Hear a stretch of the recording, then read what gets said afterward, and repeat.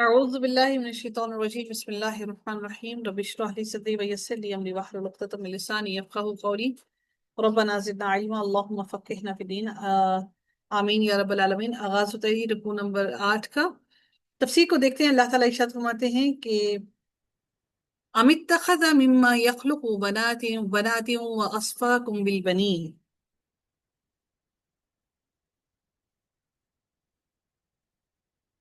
جی، اللہ رب العزت فرماتے ہیں کیا اللہ تعالیٰ نے اپنی مخلوق میں سے بیٹیاں تو خود رکھ لی اور تمہیں بیٹوں سے نوازا؟ یعنی انہوں نے اب وہی ٹاپک آگے مزید چل رہا ہے، یعنی وہی بات اللہ تعالیٰ آگے مزید الیبوریٹ کر رہے ہیں کہ انہوں نے کہا اللہ تعالیٰ کی بیٹیاں بنا دیا فرشتوں کو۔ اب اللہ تعالیٰ اگلے رکوع کے اندر، یعنی کہ اب نیا ٹاپک اللہ تعالیٰ، مطلب ٹاپک وہی ہے، اس کو اگلے رکوع کے اندر الیبوریٹ کیا جا رہا ہے کہ کیا اللہ تعالیٰ نے اپنے لیے اپنی ہی مخلوق میں سے اپنے لیے بیٹیاں بنا لی اور تمہارے لیے تمہیں بیٹے دے دیے، اور حالانکہ تم بیٹیوں کو اپنے لیے بڑے ناپسند کرتے ہو۔ اگر کسی کی بیٹی پیدا ہو جائے تو اس کے چہروں کے رنگ اڑ جاتے ہیں۔ اللہ تعالیٰ فرماتی ہے وَإِذَا بُشِّرَ أَحَدُهُم بِمَا ضَرَبَ لِلرَّحْمَنِ مَثَلًا ظَلَّ وَجْهُهُ مُسْوَدًّا وَهُوَ كَظِيمٌ۔ اللہ تعالیٰ فرماتی ہیں کہ حالانکہ ان میں سے کسی کو جب اس چیز کی خبر دی جائے جس کی مثال اس نے اللہ رحمان کے لیے بیان کی ہے تو اس کا چہرہ سیاہ پڑ جاتا ہے اور وہ غمگین ہو جاتا ہے۔ یعنی اگر ان میں سے کسی کی بیٹی ہو جائے، اگر کسی کو پتا چل جائے اس کی بیٹی ہوگی ہے تو وہ غمگین ہونے لگتا ہے اور ان کا چہرہ سیاہ ہونے لگتا ہے۔ مطلب تم اپنے لیے بیٹیاں اتنی ناپسند کرتے ہو اور تم کے اپنے لیے ناپسندیدہ چیز کو کہتے ہو کہ وہ اللہ کی بیٹیاں ہیں۔ یعنی تمہارے لیے بیٹیاں ہونا تمہارے لیے جو ہے وہ ذلت کا سبب ہے، اور تم اپنے لیے جس کو ذلت سمجھتے ہو اس کو اللہ سے منسوب کرتے ہو کہ اللہ کے بیٹے نہیں ہو سکتے، بیٹیاں ہیں، نعوذ باللہ۔ حالانکہ میرے رب کو نہ بیٹی کی ضرورت نہ بیٹے کی ضرورت، میرے رب کو کسی کی ضرورت نہیں۔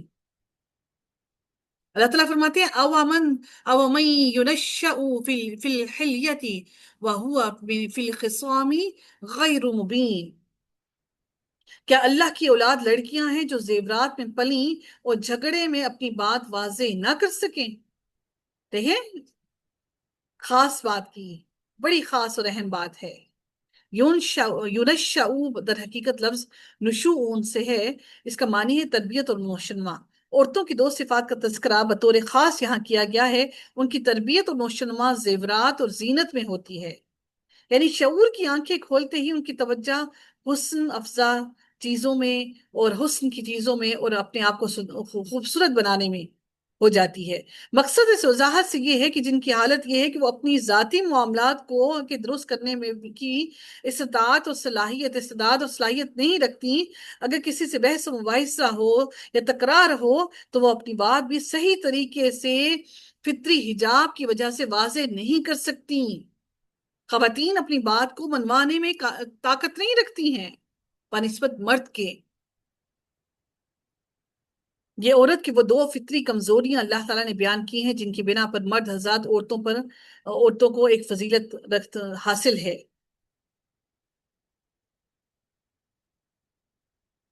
یعنی مرد کی بات میں اور عورت کی بات میں بہت فرق ہے۔ اب عورت ڈیسیژن میکر کے اندر بھی اتنی وقت اور طاقت نہیں رکھتی۔ اگر وہ کوئی فیصلہ کرتی ہے تو وہ ڈاما ڈولی رہتا ہے کہ پتہ نہیں یہ ٹھیک ہوگا یا نہیں ہوگا، پتہ نہیں نقصان نہ ہو جائے۔ اگر مرد کو نقصان ہونے کا اندیشہ بھی ہو تو وہ فیصلہ کر کے پھر ڈٹ جاتے ہیں، پھر وہ یہ نہیں دیکھتے کہ نقصان ہونا ہے یا نہیں ہونا۔ اللہ تعالیٰ فرماتے ہیں کہ وہ تو اپنی بات کو بھی جھگڑے میں بھی اپنی بات کو واضح نہیں کر سکتی ہیں، بلکہ کیا ہوتا ہے، عورتیں کیا کرتی ہیں جب کوئی ایسا معاملہ ہو، جب بے بس ہو جاتی ہیں؟ جی خواتین آپ مجھے بتائیے گا، جب کوئی بات اپنی منوانے کی کوشش کر رہی ہوتی ہیں، اپنی بات کو باور کرانے کی کوشش کر رہی ہوتی ہیں اور اپنے آپ کو وہ ایکسپلین نہیں کر پا رہی ہوتی تو عورتیں کیا کرتی ہیں؟ رونا شروع کر دیتے ہیں۔ رونا شروع کر دیتی ہیں۔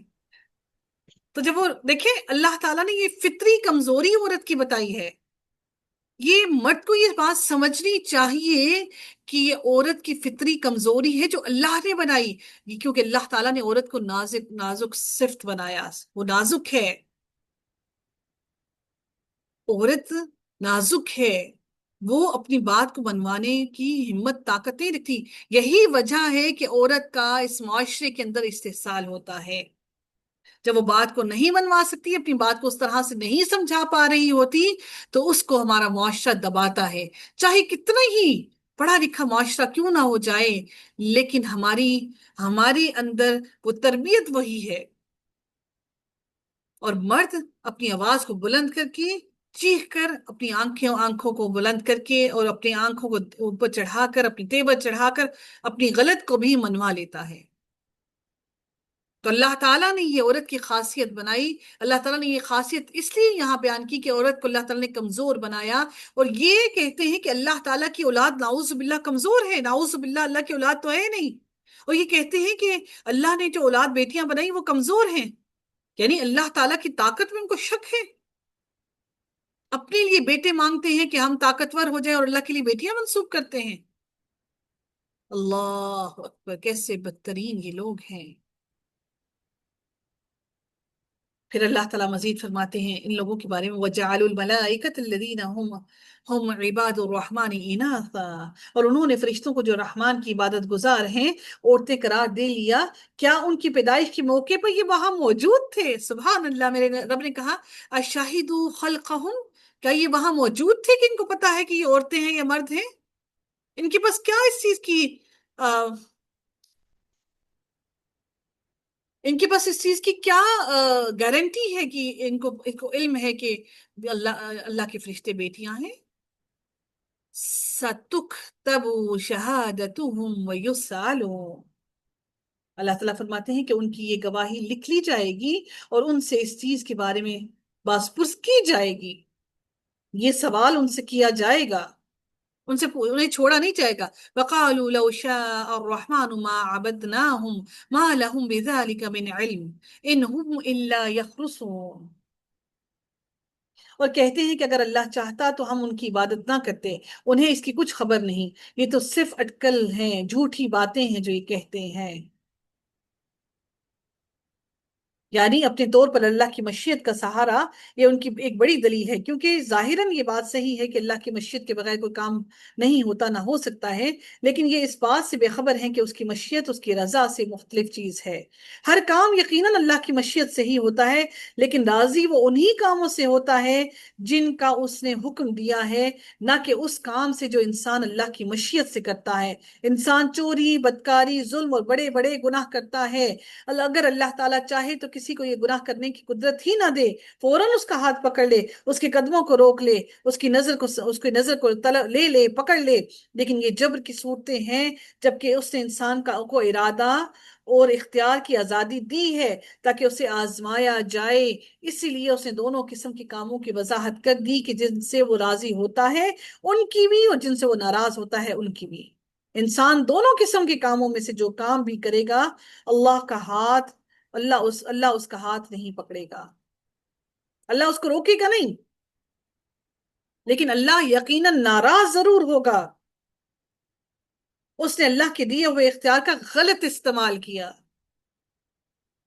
آپ اپنے گھر میں کوئی ملازم رکھے نا، آپ کہیں جائیں چھٹیوں پر، ملازم رکھ کے جائیں اور پھر وہ آپ کے گھر کا تہس نہس کرے، وہ آپ کے بستروں کو بھی استعمال کرے، آپ کے کپڑے بھی پہننا شروع کر دے، اور اپنے رشتہ داروں کو بھی لے آئے آپ کے گھر کے اندر، کیا آپ سے برداشت ہوگا؟ کیا آپ برداشت کر سکتے ہیں یہ بات؟ یہ کائنات، یہ زمین میرے رب کی ہے،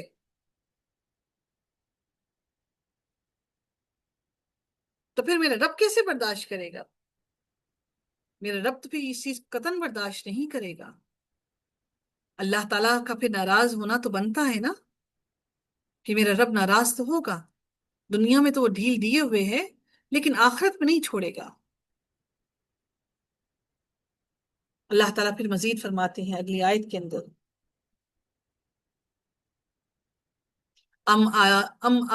آتیناہم کتابا من قبلہ فہم بہ مستمسکون، کیا ہم نے انہیں اس سے پہلے کوئی اور کتاب دی ہے جسے یہ مضبوط تھامے ہوئے ہیں؟ یعنی قرآن سے پہلے کوئی کتاب ہے جس میں ان کو غیر اللہ کی عبادت کرنے کا اختیار دیا گیا، جسے انہوں نے مضبوطی سے تھامنا؟ کیا ایسے حجتی اور پکے بن کر بیٹھے ہیں کہ اس کو نہیں چھوڑنا، یہ بات ہم نے نہیں چھوڑنی؟ اللہ تعالیٰ کہتے ہیں کیا کوئی کتاب دی ہے میں نے جس پر یہ مضبوطی سے پکے ہو کے ڈٹ کر بیٹھے ہوئے ہیں؟ بل قالوا انا وجدنا آباءنا، بلکہ وہ کیا کہتے ہیں، ہم نے تو صرف اپنے آباء و اجداد کو اس بات پر، اس مذہب پر پایا، اور ہم انہی کے نقش قدم پر چل کر راہ پائیں گے۔ اللہ اکبر۔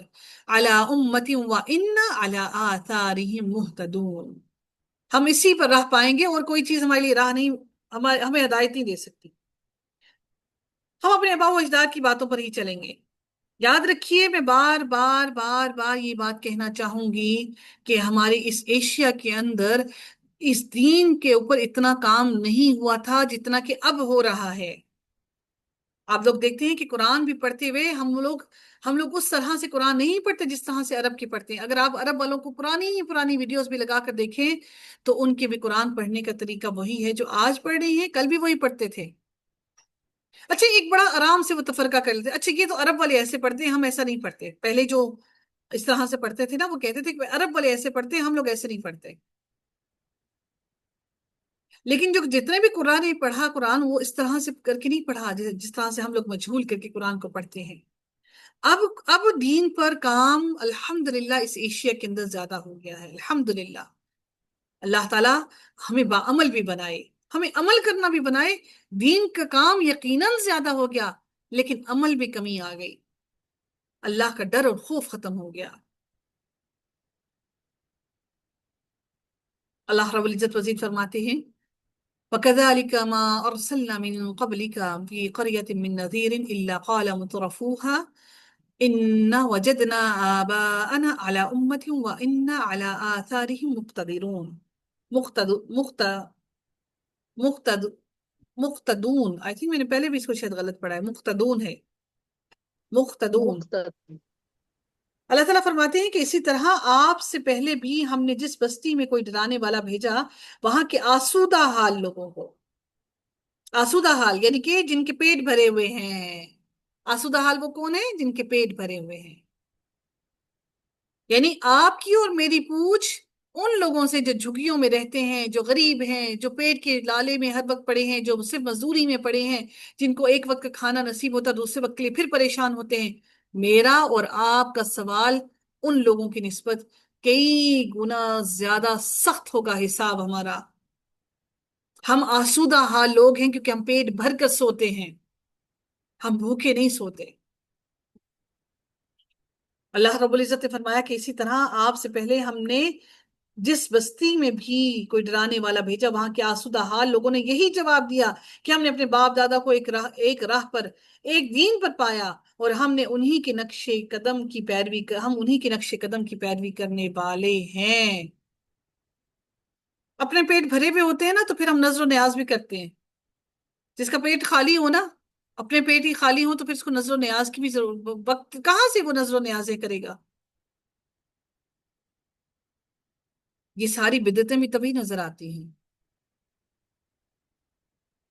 تو ہمارا حساب کتاب بڑا سخت ہے، یاد رکھیے گا، ہمارا حساب کتاب بڑا سخت ہے۔ ہم آسودہ حال لوگوں میں شامل ہیں۔ آسودہ حال لوگ بھٹک بھی جلدی جاتے ہیں۔ وہ جو جاہل، جو غریب غربا ہے نا، ان کے پاس تو بیچاروں کے پاس علم ہی نہیں پہنچا۔ ہم تو علم آنے کے بعد بھٹکتے ہیں۔ یاد رکھیے کہ آپ کی بڑی سخت پوچھ ہے، آپ کی۔ اگر وہ لوگ جو بچے یتیم ہیں، جو جھگیوں میں رہتے ہیں، جن کے پاس کھانے کو کم ہے، اگر ان کے بچے ہدایت پر نہیں بھی آئے، اگر نہیں بھی آئے تو شاید میرا رب ان کو اپنی رحمت سے معاف کر ہی دے۔ لیکن آپ اور میں جو پڑھے لکھے، جن کو اللہ نے دنیا کا بھی علم عطا کیا، جن کو اللہ تعالیٰ نے اب تھوڑا بہت دین کے بارے میں بھی کوئی تھوڑی بہت سمجھ بوجھ عطا کر دی، میرے رب نے ہمیں آسودہ حال بھی کر دیا، ہمارے بیٹوں کو بھی بھر دیا، ہماری اوقات سے بڑھ کر میرے رب نے ہمیں عطا کر دیا۔ خدا نہ خواستہ، اللہ نہ کرے ہماری اولاد بھٹک گئی، ہم اپنی اولاد کی وہ تربیت نہ کر سکے، تو پھر ہم کہاں جائیں گے؟ ہم نے اپنی اولاد کے لیے بہترین سے بہترین معیار زندگی بھی سیٹ کر دیا، ان کے لیے سب کچھ ہم ان کے لیے کر لیتے ہیں۔ بہترین گھر، بہترین گاڑی، بہترین لباس، بہترین تعلیم، بہترین کھانا پینا، سب کچھ بہترین۔ دوست بھی ہم بہترین ڈھونڈنے کی کوشش کرتے ہیں، ہمارے بچے کا دوست سب سے اچھا ہونا چاہیے، کوئی چرسی نہ ہو، کوئی گنڈا نہ ہو، کوئی موالی نہ ہو، کوئی پاؤڈر پینے والا ہو، کوئی نشہ نہ کرنے والا ہو۔ اچھی صحبت والا ہو. ہاں، دین کے معاملے میں ہم بڑے کمزور ہیں. کبھی کبھی پوچھا ماں باپ نے کہ بھئی تمہارا دوست کوئی حافظ قرآن بھی دوست ہے؟ تمہارا کوئی دوست باعمل بھی ہے؟ تمہارا کوئی دوست نمازیں پڑھنے والا بھی ہے؟ تمہارا کوئی دوست میں تمہارے ایمان کو پختہ کرنے والا بھی ہے؟ نہیں، کیونکہ ہماری پرائورٹی ہے نہیں. ہماری پرائورٹی بچے اسکول جاتے ہیں تو بیٹا لائک بچے کے ساتھ بیٹھنا، بیٹا اس کے ساتھ بیٹھنا جو تعلیم کی طرف سیریس ہو. کیونکہ ہمیں پتا ہے لائک بچے کے ساتھ میرا بچہ بیٹھے گا اس کو اثر ہوگا. دین کے معاملے میں یہ حال نہیں ہے ہمارا. کیسے دوغلا پن ہے ہمارا. میرے رب نے مزید فرمایا قال اولو جئتکم باہدی مما وجدتم علیہ آباؤکم. نبی نے کہا اگرچہ تمہارے پاس اس سے پہلے، اللہ تعالیٰ فرماتے ہیں کہ اگرچہ اس سے تمہارے پاس اس سے بہت بہتر طریقہ لے کر میں آیا ہوں جس پر تم نے اپنے باپ داداؤں کو پایا، تو انہوں نے جواب دیا کہ ہم اس کے منکر ہیں جسے دے کر تمہیں بھیجا گیا ہے. ہم اس کے منکر ہیں، ہم اس کو مانتے ہی نہیں. فانتقمنا منہم فانظر کیف کان عاقبۃ المکذبین. بس ہم نے ان سے انتقام لیا اور دیکھ لے جھٹلانے والوں کا کیسا انجام ہوا. اللہ تعالی ہم سب کو ہدایت سلیم عطا فرمائے. اللہ تعالی ہماری عبادتوں میں خشوع عطا فرما دے. رب کائنات سے دعا ہے کہ ہم ایسی نمازیں قائم کرنے والے بن جائیں کہ جب ہم اس کی طرف کھڑے ہوں، جب ہم سجدے کے لیے کھڑے ہوں، ہم رکوع کے لیے کھڑے ہوں، جب ہم قیام کے لیے کھڑے ہوں، تو ہمیں دنیا کا کوئی ہوش ہی باقی نہ رہے. میرا رب ہماری عبادتوں میں وہ خشوع ڈال دے. میرا رب ہم سے راضی ہو جائے، ہمارے دلوں میں وہ اپنے دین کی وہ محبت پیدا کر دے کہ ہم اپنے دین کی وہ محبت اور اللہ تعالیٰ کے احکامات کو اس طریقے سے ان پر عمل کریں جیسا میرا رب چاہتا ہے، جیسے میرے رب کی رضا ہے. اللہ تعالیٰ ہم سب کی مغفرت فرمائے، ہمارے کبیرہ اور صغیرہ گناہوں سے درگزر فرمائے. اللہ تعالیٰ تمام مومنین اور مومنات کی بخشش فرمائے. جتنے بھی بیمار ہیں اللہ تعالیٰ ان سب کو شفاء کاملہ اور عاجلہ عطا فرمائے. ہماری اولاد کو راہ راست عطا فرمائے، ان کو بعمل بنائے، دنیا اور آخرت کی کامیابیاں نصیب فرمائے. اللہ تعالیٰ ہمارے اہل و عیال، ہمارے بہن بھائیوں، ہمارے عزیز و قارب سب کو ہدایت میں ڈال دے. اللہ تعالیٰ ہماری اس جماعت کو اتنا اتنا بڑھا دے کہ ہمارے ساتھ دین کو پھیلانے والے کئی کئی ہزار لوگ شامل ہو جائیں. اللہ تعالیٰ ہمیں اپنی رضا کے لیے، اپنی محبت کے لیے ہمیں ہمیشہ ایک دوسرے سے جوڑے رکھے. رب کائنات ہمیں جیسے دنیا میں میرے رب نے ہمیں اکٹھا کیا ہے، اللہ تعالیٰ جنت میں بھی ہم سب کو ایسے ہی اکٹھا کرے. اللہم اغفر للمؤمنین والمؤمنات رب ارحمہما کما ربیانی صغیرا. وآخر دعوانا الحمد لله رب العالمين صلى الله تعالى على خيره خلقه أجمعين برحمتك يا أرحم الراحمين. سبحانك اللهم وبحمدك نشهد أن لا إله إلا أنت نستغفرك ونتوب إليك. آمین. اللہ تعالیٰ فلسطین والوں پر، فلسطین کے بچوں پر، ان کے سب پر اللہ رحم فرمائے. اللہ ان کی پیاس کو بجھانے کے لیے کافی ہو جائے، اللہ ان کے پیٹ کو بھرنے کے لیے کافی ہو جائے. اللہ تعالیٰ ان کو اپنے غیب کے خزانوں سے عطا فرمائے. آمین یا رب العالمین. صلی اللہ تعالی علی خیرہ خلقہ اجمعین برحمتک یا ارحم الراحمین. السلام علیکم ورحمۃ اللہ وبرکاتہ.